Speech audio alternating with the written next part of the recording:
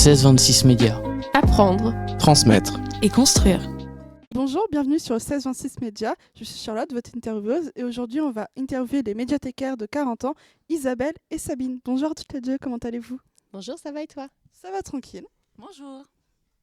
Alors, pour être médiathécaire, quelles études faut-il faire ? Alors il y a un parcours très classique qui part dans des études de communication avec des options médias et bibliothèque et métier du livre. Mais ici, à 40 ans, aucune d'entre nous n'a suivi ce cursus. Donc on peut... Voilà, moi j'ai un bac technologique de commerce et de communication. Et à force de formation, on arrive à... Voilà, on arrive à évoluer et on arrive à faire ce qu'on veut. Et puis Sabine a un tout autre parcours, elle. Oui, moi j'ai un BEP carrière sanitaire et sociale et un CAP petite enfance. Donc rien à voir, moi je suis animatrice de base.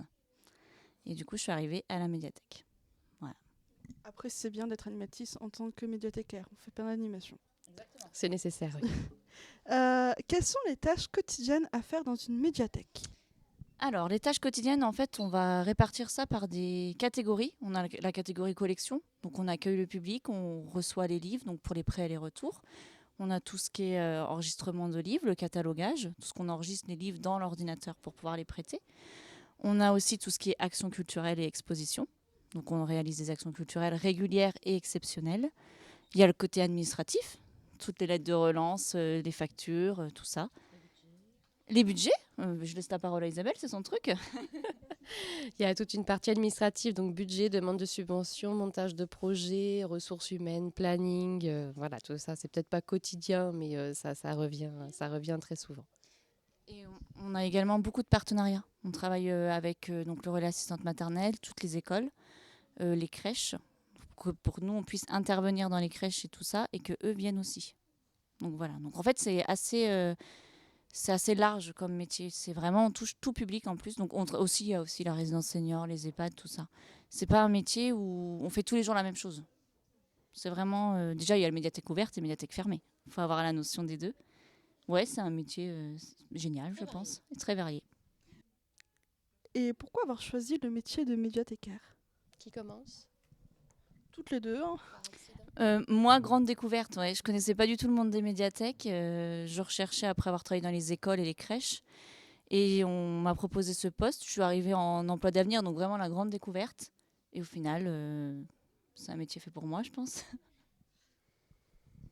Moi, je savais que je voulais travailler dans le livre. À l'époque où j'ai arrêté mes études, où j'ai eu mon bac, ça n'existait pas, cette filière qui existe aujourd'hui pour devenir médiathécaire, bibliothécaire. N'existait pas, donc je m'étais donné un an pour me poser, pour me trouver. Et j'ai trouvé à 40 ans, pareil, en contrat aidé. À l'époque, c'était les emplois jeunes. Et j'ai vraiment découvert ce que c'était que la lecture publique. Et voilà, j'ai trouvé ma voie comme ça. Et après, c'est les formations qui nous font évoluer. Qu'est-ce que vous préférez dans ce métier ? C'est une grande question. C'est une grande question parce qu'il y a beaucoup de choses. Il y a beaucoup de choses, principalement les gens. On ne fait pas ça sans les gens. Moi aussi, dans ma partie qui est plus administrative et direction, c'est le challenge. Le challenge de réinventer tous les ans de nouveaux défis, de nouveaux projets, d'évoluer en même temps que la société, de faire évoluer ce monde et cette image des médiathèques aussi. Moi, ce que je préfère, c'est l'élaboration du programme. En fait, j'élabore le programme d'action culturelle mensuel. Donc moi, ce que j'aime bien, c'est chercher les idées, aller contacter les partenaires, les gens avec qui on travaille. Et ouais, je trouve que c'est enrichissant de faire ça. Vraiment. Et alors, pour ma part, la communication. J'adore la communication. C'est moi qui gère les réseaux sociaux, tout ça. Et puis, la communication. Comment classifiez-vous les livres et les documents ? Alors, tu fais bien de dire livres et documents parce qu'on n'a pas que des livres. Là, on a une très belle étagère derrière nous, mais à la médiathèque de 40 ans, on ne prête pas que des livres, on prête aussi des jeux, des instruments de musique, des vinyles, des CD, et c'est déjà pas mal. Oui, tu as fait le tour. Ouais, je crois que j'ai fait le tour. Des DVD aussi. Donc, chaque type de document a sa classification. Donc, pour les livres, ça va être autant en grand domaine de connaissances que par ordre alphabétique. Pour les instruments de musique, ils ne sont pas classés parce que c'est trop difficile à classer. Les jeux par tranche d'âge, on va dire, et les films par genre. On a également des documents de la bibliothèque départementale de la Manche. Avec la BDM, on a des navettes tous les mois et on fait venir des documents de la bibliothèque départementale. Donc on a même dans nos rayons des cotes qui ne ressemblent pas du tout aux autres cotes. Et c'est normal parce qu'on a un partenariat avec la BDM. Quelles compétences faut-il avoir pour être médiathécaire ?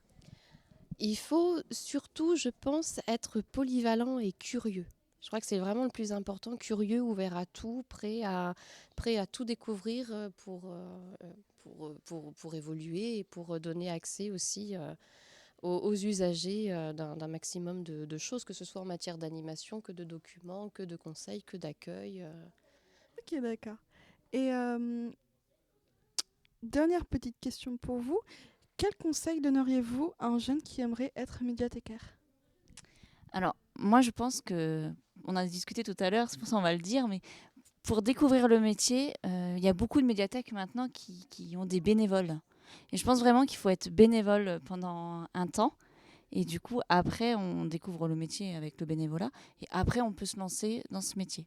Je pense qu'aujourd'hui, un jeune, si on lui propose d'être bibliothécaire ou médiathécaire, il va nous regarder en nous disant « mais moi, je lis pas, quoi. Un pavé de 100 pages, je l'ai jamais lu. » Enfin, un pavé de 100 pages, 100 pages, c'est que dalle.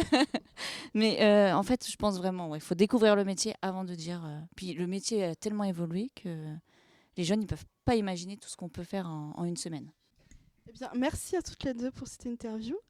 Je vous remercie d'avoir regardé cette vidéo sur le 1626 Média. On vous dit à bientôt.